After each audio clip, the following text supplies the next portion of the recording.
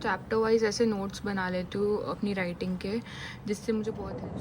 सबसे पहले तो मैं एक बहुत ज़्यादा बड़ी राइटर नहीं हूँ, मैंने अभी भी थोड़े टाइम पहले लिखना शुरू किया है। मैं यहाँ पे अपने एक्सपीरियंस शेयर करने के लिए हूँ कि मैं कैसे लिखती हूँ, मैं क्या चीज़ें यूज़ करती हूँ। मैं भी एक लर्नर हूँ और मैं चाह रही हूँ कि जो लोग मुझसे सीखना या जो लोग सीखना चाहते हैं मैं उनकी थोड़ी हेल्प करूँ। मैं खुद सीख रही हूँ अभी, so I am no one to give you advice. ये चीज़ें मैं फॉलो करती हूँ, तो ये इरिस्पेक्टिव है कि आपको फॉलो करनी है या नहीं।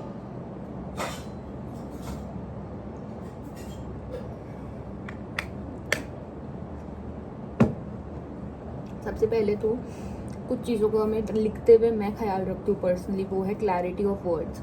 अगर आपका प्लॉट क्लियर है रीडर के दिमाग में, मतलब अगर आप शुरू से रीडर के दिमाग में थोड़ी सी क्लैरिटी बनाते जाते हो तो रीडर एक एज पे रहता है कि हाँ उसे चीज़ें समझ में आ रही हैं। मैं लिख रही हूँ एक मर्डर मिस्ट्री, तो मर्डर मिस्ट्री में हमेशा एक मिस्ट्री बनी रहनी चाहिए कि ओ ये क्या हुआ, ओ ये क्या हुआ। रीडर एक एज पे रहना बहुत ज़रूरी है मिस्ट्री वाली नॉवल में, तो वो ख्याल रखो। प्लॉट को वेल डिसाइड करके रखो पहले से। मैं वेल डिसाइड करके रखती हूँ प्लॉट को, बिकॉज मुझे ऐसा लगता है कि एक बार ही प्लॉट अगर डिसाइड हो जाता है तो वो काफ़ी आसानी कर देता है हमारे लिए उस पर लिखना।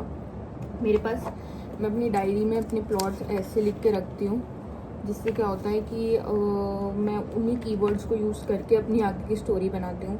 मैं ज़्यादा बड़े चैप्टर्स नहीं लिखती हूँ, मैं चैप्टर को 2 या 3 पेज में सम अप करने की कोशिश करती हूँ, बिकॉज मुझे ऐसा लगता है कि आजकल का जो फास्ट फॉरवर्ड जनरेशन है वो इतने बड़े बड़े चैप्टर्स पढ़ नहीं सकता है, वो थोड़ा सा लैक करता है इस हॉबी को ऑफ रीडिंग। तो एक ये भी बहुत बड़ा डिसपॉइंट है इस जनरेशन का। सो मैं खुद इस जनरेशन से बिलोंग करती हूँ, तो मैं ये चीज़ समझती हूँ, तो मैं उसको शॉर्ट चैप्टर्स में कन्वर्ट करती हूँ ताकि रीडर का इंटरेस्ट बना रहे। साथ ही साथ आपको कम्युनिकेशन बना के रखना है अपने रीडर के साथ। मैं थर्ड पार्टी कम्युनिकेशन और फर्स्ट टेंस में बिलीव करती हूँ। टेंसेस एकदम प्रॉपर होने चाहिए आपके, उसमें आपकी लैंग्वेज बहुत मैटर करती है।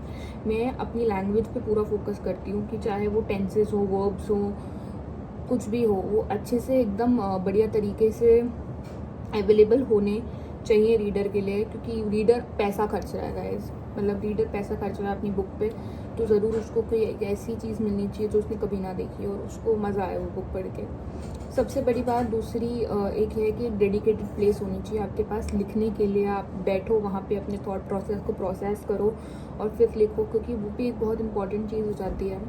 ये कुछ चीज़ें जो मैं फॉलो करती हूँ। मैं ग्रामरली भी थोड़ा सा यूज़ करती हूँ, क्योंकि वो भी थोड़ा हेल्प करता है for me to see where my mistakes are. तो एक ये टूल है जो मैं यूज़ करती हूँ।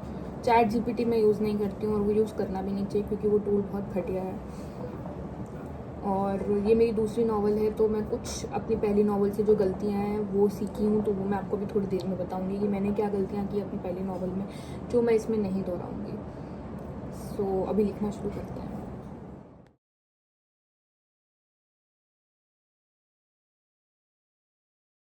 2 घंटे हो गए मुझे बुक लिखते हुए और अब सडनली मुझे ना एक नींद का झोंका आया है। बहुत गंदा नींद का झोंका आया गाइस। मतलब अब ना मुझसे आंखें भी नहीं खोली जा रही, क्योंकि मैं बाहर के छोले कुलचे खा के आई थी अभी। तो थोड़ा सा प्लॉट लिखने के बाद, पार्ट 2 लिखने के बाद अब मैं जा रही हूँ सोने। Sorry for this voice guys. अब मैं सच में सोने जा रही हूँ, बिकॉज मुझे बहुत गंदी नींद आ रही है। रूल 2 ऑफ राइटिंग, अगर तुम्हें नींद आ रही है तो तुम सो जाओ, क्योंकि तुमसे नहीं होगा बिना सोए। और उसके बाद मैं उठ के बताती हूँ कि मैंने क्या क्या गलतियाँ की हैं अपनी राइटिंग ऑफ द एंशियस मी में। ठीक है, ओवर ड्रामेटिक। सोने जा रही हूँ, उठ के बताती हूँ। फाइनली मैं सो के उठ गई हूँ और मेरा पैर नहीं हिल रहा है। आज सुबह मैं कहीं गई थी, वहाँ पे मैं गिर गई थी, मेरे पैर में बहुत ज़्यादा दर्द हो रही है। क्या करना है अब इसका? मतलब मैं प्रॉब्लम इनवाइट नहीं, प्रॉब्लम मुझे इनवाइट करती है। अब क्या करूँ मैं उसका? एनीवेज चाय पी के फिर बात करते हैं। सो गाइज, जो मैंने पिछली स्टोरी से अपनी सीखा, या जो पिछला बुक जो मैंने लिखा the anxious me by the unknown, उससे जो मैंने सीखा वो ये सीखा कि हमारा जो गलतियाँ जो मैंने की वो ये है कि मेरी जो एक कम्युनिकेशन गैप था वो रह गया, और अब मैं उस चीज़ को सुधारने के लिए आपको कुछ चीज़ें बताती हूँ। जैसे कि एक विनिंग स्टोरी आइडिया होना बहुत ज़रूरी है, आउटलाइन होनी बहुत ज़रूरी है स्टोरी की, अनफॉरगेटेबल कैरेक्टर होना बहुत ही ज़रूरी है, क्योंकि अगर आप एक ऐसा कैरेक्टर पेश कर दोगे दुनिया के सामने कि ओ वाओ, तो दुनिया भूल नहीं पाएगी कि ओ यार ये कैरेक्टर है, इसका क्या होगा एंड। मतलब वो एंड तक ग्लूड रखना ऑडियंस का या फिर राइटर को, अपनी रीडर को ग्लू रखना is very important.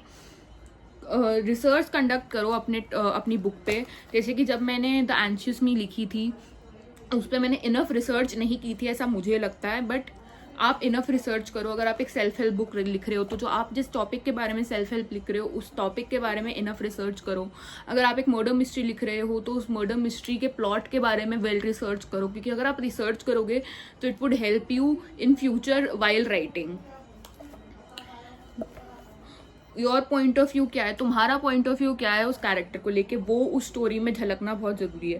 Third person phenomena, इसे हम कहते हैं third person phenomena. Our point of view towards the character क्या है वो होना बहुत ज़रूरी है। Get your reader from start, surprise opening, जो मैंने आपको बताया था सरप्राइज ओपनिंग, वो होना एक बहुत ज़रूरी है। द चिली मॉर्निंग वाली होनी बहुत ज़रूरी है। एक सरप्राइज ओपनिंग जो है ना वो आपके रीडर को ग्लूड रखेगी from start. Trigger the readers mind, कुछ चीज़ें ऐसी ऐड करो जो तुम्हारे रीडर के माइंड को ट्रिगर करे और उसे यूज़ करो अपनी स्टोरी में, क्योंकि वो रीडर के लिए एक बहुत बड़ी बात होती है। सो यही थे कुछ पॉइंटर्स जो मैं यूज़ करती हूँ स्टोरी लिखने के लिए। सो यही था आज का दिन, मैंने पूरी स्टोरी खत्म कर ली है।